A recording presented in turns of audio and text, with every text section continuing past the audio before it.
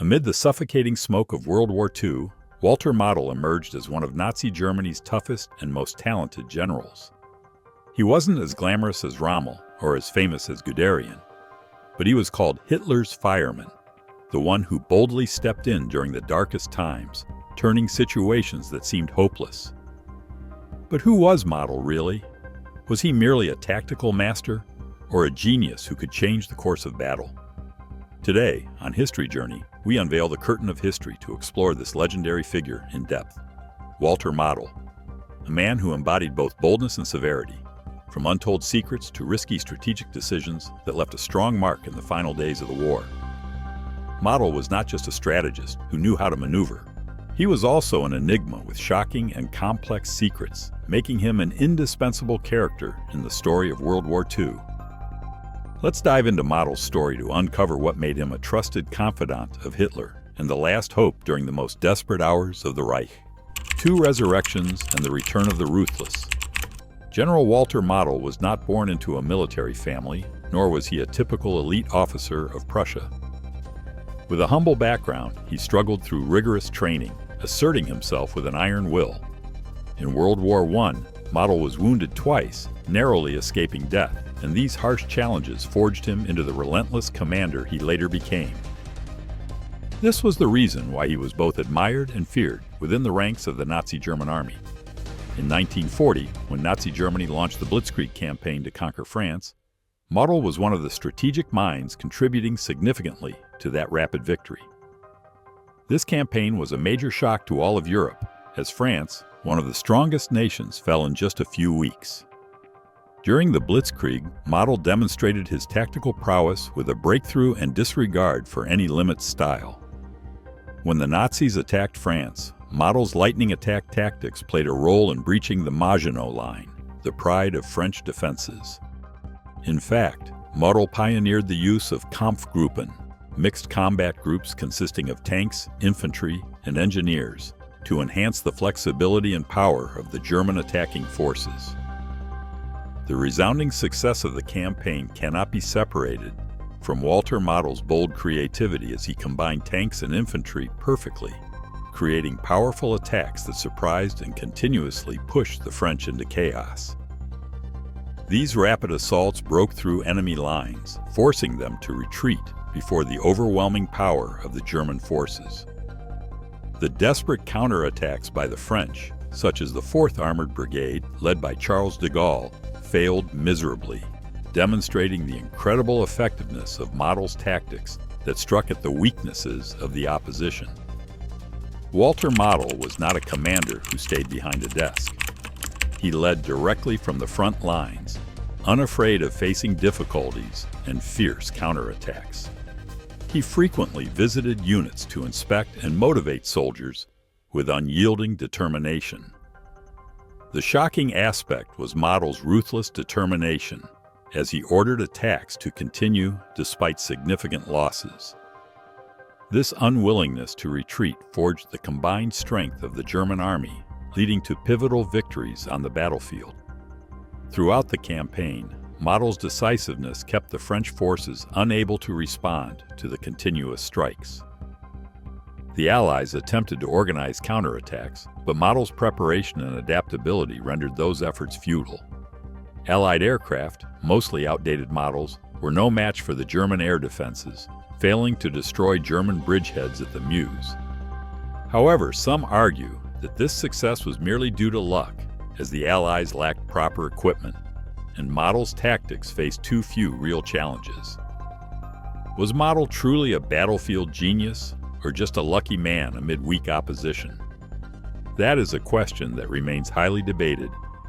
The battle with the Soviet Union, the most brutal battle in the world. But Model's career did not end in Western Europe. When Walter Model was transferred to the Eastern Front, he faced one of the harshest and most brutal battles of World War II, the Battle of Rzhev, often referred to as the Rzhev meat grinder. This was not just any battlefield. It was a life-or-death arena where thousands of soldiers struggled with the freezing cold, shortages, and relentless attacks by the Soviet Red Army.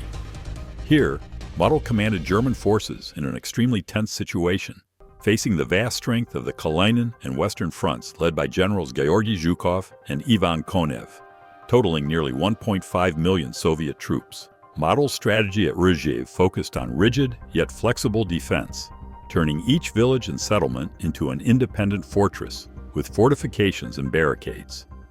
To hinder the Red Army, Model directed the construction of multiple layers of barbed wire and fixed firing positions.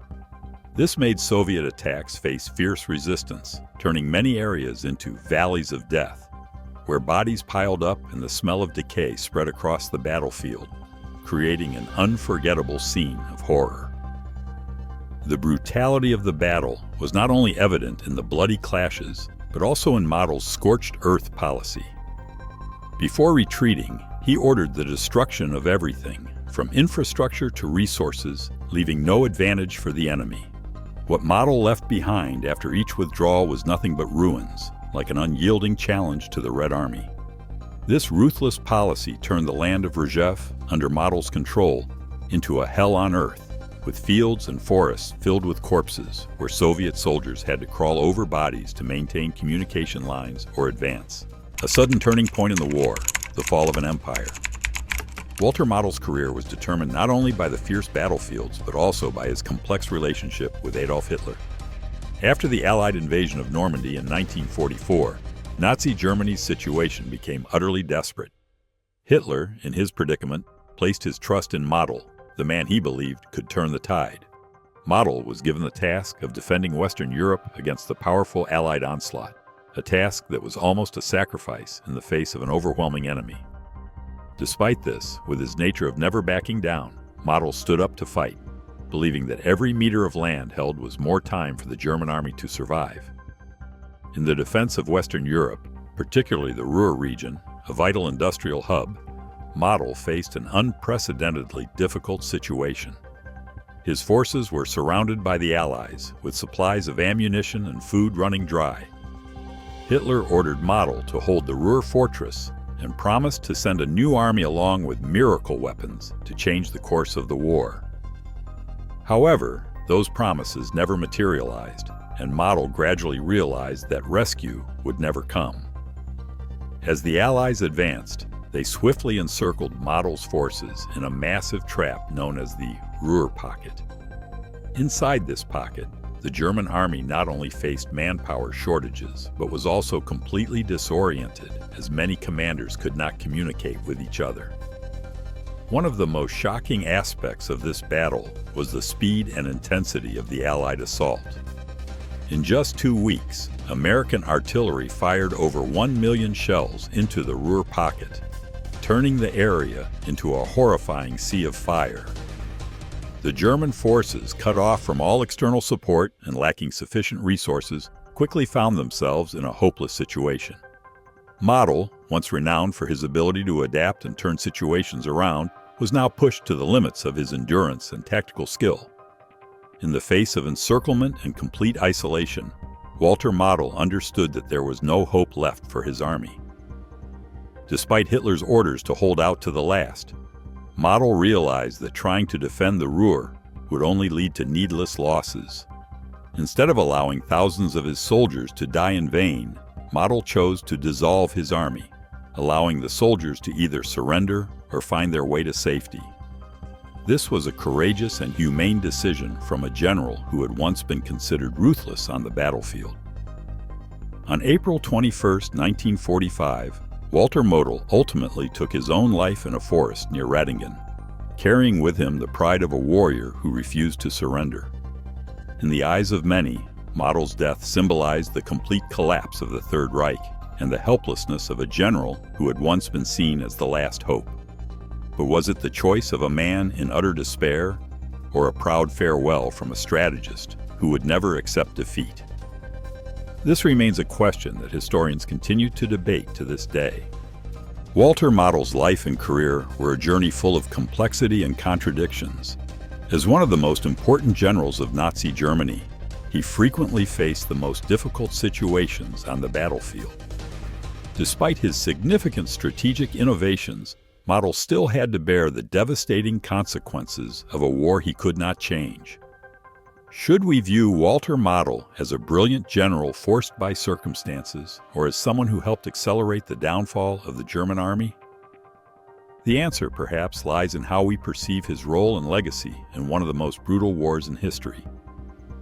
If you want to explore more fascinating historical stories, people, and unsolved mysteries, continue to follow the History Journey channel, where each page of history is rewritten with authenticity, excitement, and plenty of surprises awaiting you.